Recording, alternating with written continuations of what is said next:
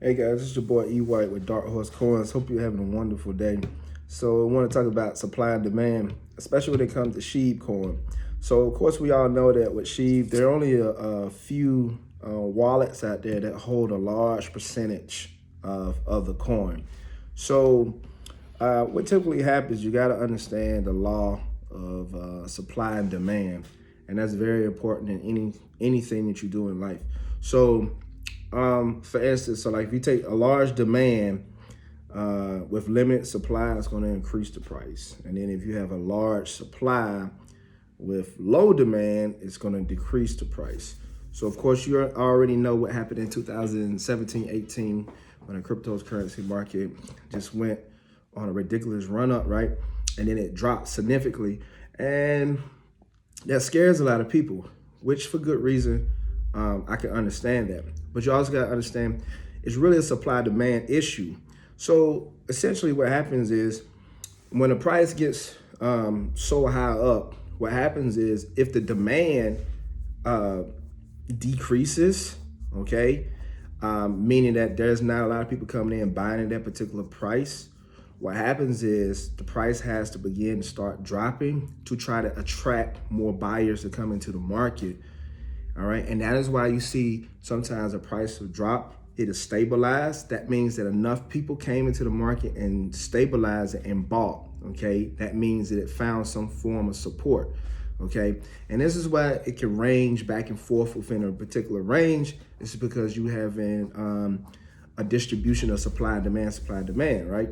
Now, when it goes further down than what you probably don't want to see, all it means is that as too many people are selling, okay, and the demand, there's no demand coming in the market to catch those orders. So it just keeps dropping down. And all the market is saying that the market is like a big, huge algorithm. What it's saying is that, hey, okay, I'm dropping in price. You want to buy me now? Okay, what about now? What about now? So think about an auction. All right, the auction, the person that's doing the bidding or whatever, doing the cadence, you know, $45, $45, $50, $55, $55. You see how it goes, just keep going up or down, whatever the case may be. I never seen one going down, but you know, going up is trying to find and see where there's demand at. Okay, so if enough demand comes in, what happens? He keeps going up. Oh, we got a 45, 50, 50, 50, 50, 50, okay, 50, 50, 50. You see how it's going up. So it's the same concept in all of the financial markets. All right. So when you have a imbalance in the supply and demand, that's when you're going to see radical price changes, whether it's going up or down. So that's why in the penny stocks or OTC market, you see radical rallies and then massive drops. That's because there are not enough healthy investors that's coming into the market that's supporting that. Okay, that's where you get your pump and dumps from. Cryptocurrencies is notorious for pump and dumps. Now, there are a lot more people who make more money on the pumps. That's just the nature of the game. It is what it is. You're going to have that in what we call an unregulated market for the most part. Then when regulation comes in, for the most part, it starts to stabilize, and then you start seeing a little bit more a healthier growth. So what you're seeing now is that people are coming into the cryptocurrency market and what we call it the infancy stage. With the infancy stage, we already passed. Now we're more into going into the adolescence, teen years, whatever, of certain aspect crypto assets. Some are toddlers or whatnot, but just like with a child, they're sloppy, right? When they eat, food all over the place, they're walking, they're falling down, they're learning. Okay, well, most assets go through the same thing. It's up, down, all over the place. You can't really hone in on it. Even when gold was first put on the market, whatever, the prices are all over the place. It's subject to a lot of manipulation and everything too. So that's just part of the game. However, that's why it's important that you invest in assets that are really fundamentally solving real world problems. If you can't tell somebody exactly what SHIB does, that's going to be a problem on your end. You really should understand the tech of whatever they're trying to accomplish, okay? And that goes for any crypto project. But remember, with this supply and demand thing, you really got to understand it. So now you can understand why prices rise or drop, okay? Remember, if price dropping, it essentially means that you have more sellers in the market than you have buyers, okay? And then the reason why price continues to drop, because there's not enough demand coming in to buy it at those levels, okay? So what happens is you have a large supply now. So remember, everybody's selling, so now you got a large supply, but no demand. Nobody's buying. So what happens when you go to a store where they got a large supply of clothing, apparel, whatever, right? They do what? A discount. So they say, hey, everything's 50% off. Why would they do it 50% off? Because they're trying to generate demand. They want people to rush to buy.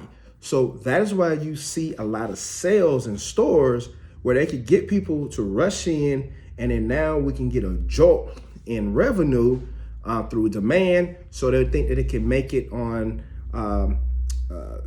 cutting the price in half to get more people to spend money, okay? Now, what happens when prices going up?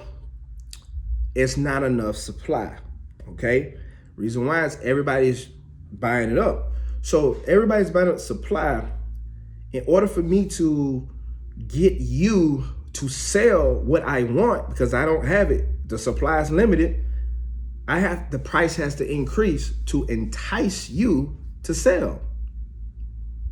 The longer you hold, the more the price goes up that you're willing to not sell. So you got some people in Bitcoin that's been in it for years and they haven't sold anything, right? Well, what happens is you have governments, you have different, for whatever reason, people in the back end that try to scare you to make you sell your cryptos, because it is a limited, scarce asset class, meaning that it's not subject to a whole bunch of inflation. Okay, so with that said, what happens is you'll end up getting scared. Somebody say something about, oh, we're gonna ban crypto though, and then you see the price drop. That is by design so that you can sell to the people who want what you have. Remember, a lot of you have gotten a seat to the table before the big institutions have gotten a seat to the table, and they don't like that. They want a seat, and they'll say they'll do anything to get you out of that seat. They would articles will go out, all kinds of stuff to incite fear, and then boom, what happens? Price drops, people start panic selling and getting out or whatnot. Okay, they just scared you out of your position. Now, since there is a limited supply in all of crypto, where's a lot of money made? On a derivative side. So someone can make money in the derivative market without even owning the asset. And that's why the derivative market is a quadrillion, not trillion, quadrillion with a D-drillion market, okay? It's the largest market on planet Earth. The derivative market, go look it up. How big the derivative market is, it is huge. And because it's huge, there's trillions of dollars per day that's flowing in and out of that market, okay? Forex market is considered king of the financial markets too, but the derivative, which the Forex is inside the derivative market is like the God. That's how huge it is. It's like God. While the Forex is like king. It's like, it doesn't even compare, okay? So learn about derivatives, you'll see that. And then now you'll see also what the parallel between the two and how one can affect the other. All right, so a lot of your big players in the market, they're not even going to really digitally or physically own some of these cryptos. Instead, they're going to take contracts out in the derivative market and make way more than trying to own it outright. So there's different ways that people can get into the crypto space, and they can get exposure either directly buying it or indirectly trading on the futures or derivatives, options market, whatever you want to call it. So hope that video helps. Y'all have a great one. Y'all be safe.